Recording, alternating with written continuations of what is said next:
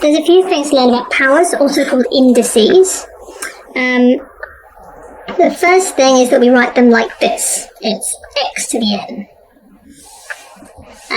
X represents a number, n represents another number, and basically that notation means that it's the number x multiplied by itself n number of times. So for example here you can see 3 to the power of 4 is 3 multiplied by itself 4 times. So 3 times 3 times 3 times 3, which is 81.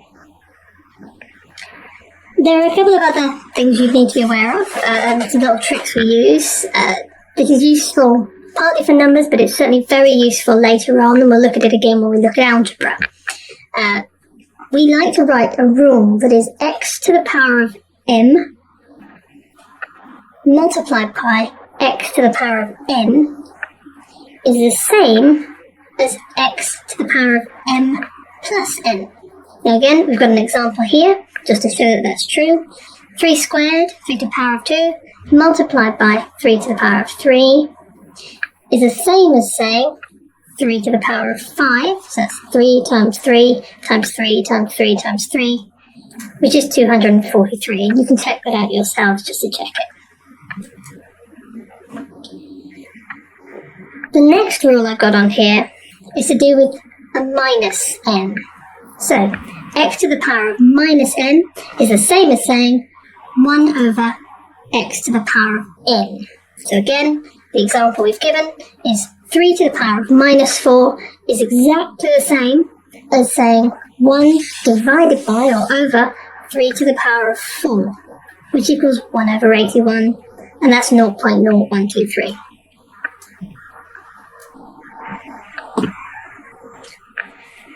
Some other rules. This one's really quite similar to the other, but it's related this time to dividing powers by others. So, the rule is x to the power of m divided by x to the power of n is the same as or equals x to the power of m take away n. So again, the example is 3 to the power of 4 divided by 3 to the power of 2, and believe it or not, here we calculate it, 3 to the power of 4 minus 2, which equals 3 squared. And you can calculate that on your calculator to see if it's true. There are a couple of special cases. Here, x to the power of 1 equals x. Any number to the power of 1 is just itself. 5 to the power of 1 is 5. 7 to the power of 1 is 7. Anything at all. Again, try it on your calculators. The other special case is any number to the power of 0 equals 1. And that's quite useful if you're taking things away and end up with a 0 up here, for example. The final rule that you need to be aware of is x to the power of 1 over n is the nth root of x equals y. In other words, y to the power of n equals x, then x to the power of 1 over n equals y. Again, the best way to test this out is to plug some numbers in and see how it works. Here we've got an example, 81 to the power of a half. A half is interesting. 81 to the power of half is the same as saying square root. That's a third or a root. They mean the same thing. And of course they both equal 9. Again, you can try this out on your calculators. And just to prove it so, the rule above, 9 times 9 or 9 squared is 81. So that does work both ways. Same here, 16 to the power of a quarter is 2. 2 to the power of 4, or 2 times 2 times 2 times 2 equals 16. Just keep putting some numbers in and see what happens, and you'll see it's true. So now we're going to talk prime numbers. Hopefully you've come across these in the past. A prime number is a number that can only be divided by itself and the number 1 to make whole numbers. Examples are on the board here, 2, 3, 7, 13, 19, anything that can't be divided cleanly, we'd say, into an integer or a whole number, unless it's being divided by 1 or itself. Now, using these, we can do something called factorizing, or factorization. Now, it says that factorization means write as a product. Now, I think you would have read last week that a product is the product of a multiplication. So, when we prime factorize or factorize things, we're going to split them up into the prime numbers that we multiply to get to that final number. So, I'll show you some examples. Here, we've been asked to factorize 84. 84 is clearly even, so I know I can divide it by 2. If I do that, I'm going to get 42. 42 is also even, so I know I can divide it by 2 again, giving 21. 21, I know my 3 times tables is divisible by 3, and that's 7, which is also a prime number. So to fully factorize or prime factorize 84, what I get is 2 times 2 times 3 times 7, which we can also write as 2 squared times 3 times 7. And it really does help here to know your times tables.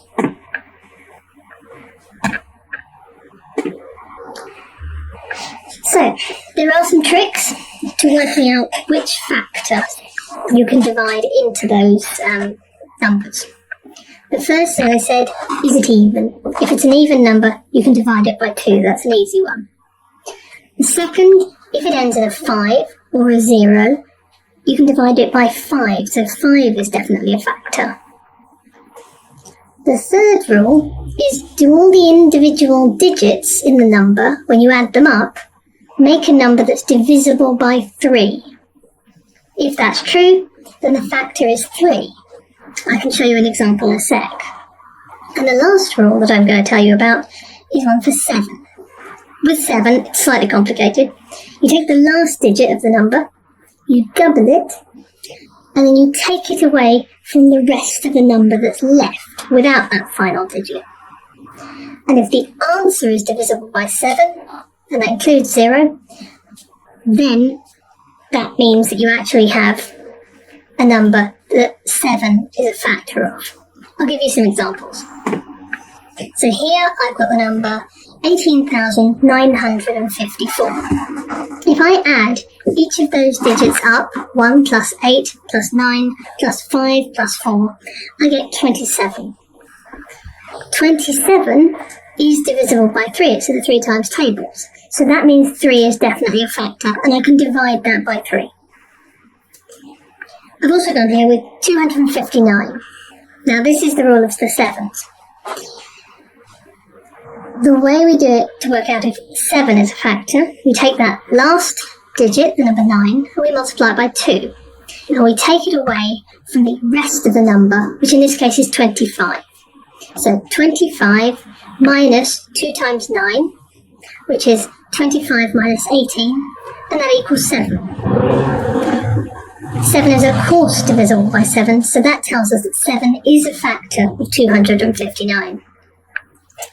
But what about when we get higher than that? What about, we can work out things like 9 or 7. Sorry, not 9. 9 is not a prime number. We can work out 3 or 7 or 2. That's quite easy, because those times tables are quite easy. But once we get to larger numbers, well, we have to look quite differently to see if we can work out if there are larger prime factors. Here I've done a table for you where I've got the product of each of the numbers in the top row and the side column. So for example, here 121 is 11 times 11. Down here 437 is 23 times 19. And you can use that then to look at the numbers you're left with if you can't see an obvious factor. Of course, in that scenario, you can also use a calculator as well to try and work out what the factors might be.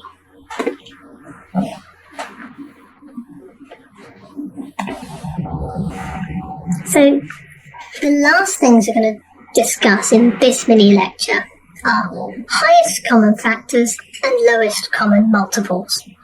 So here's the definition of the highest common factor, which we'll also call the HCF. The highest common factor is the largest number that is a factor of a set of numbers. So let me show you what that means.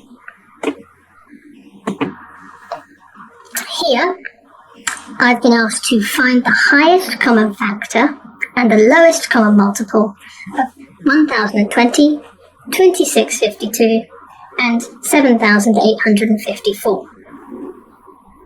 I'm going to start with the highest common factor. The first thing you have to do is take all of these items down to their primes, prime factors. So I factorized each of these numbers out. So the first one, 1020, I know I can divide by 2 because it's even. 510 I can divide by 2 because it's even. Then I can divide by 3, and etc. and etc. So having done that, I end up with 1020 is the same as 2 times 2 times 3 times 5 times 17. I then followed the same processes for 2652 and 7854. You'll get a chance to do this in your tutorials. To find the highest common factor, or HCF, what we do is we look at which factors are common to all 3 numbers. So here I've highlighted them. In all 3 of these numbers, when we've broken them down into their prime factors, we can see they all have 2, 3, and 17. You might ask why we haven't got 2 2s highlighted. Well, this number at the bottom doesn't have 2 2s in it. If it did, then we would certainly have that in there as well. But in this case, the only 3 common numbers between each of these things are 2, 3, and 17. That means that we calculate the highest common factor by multiplying those together. 2 times 3 times 17. That is the highest common factor. Have a look in your books, have a go at this. There's lots of exercises to get your teeth into in the core reading and exercises. The final thing we're going to look at is the lowest common multiple. Again, the lowest common multiple for a set of numbers is the smallest number into which all of them will divide. So this time we're not going smaller, we're going bigger. So to find the lowest common multiple, we have to again factorize each set. We have to take the highest number of each number of factors, and then we work it out using that, and I'll show you here. Here's a nice simple example at the bottom. I've factorized 2, 4, and 5. Obviously 2 is already a prime number, 5 is already a prime number, 4 isn't. 4, when you prime factorize it, is 2 times 2. So the factors here are 2 and 5. It doesn't matter on the number at the moment. Factors are 2 and 5. But now we have to count.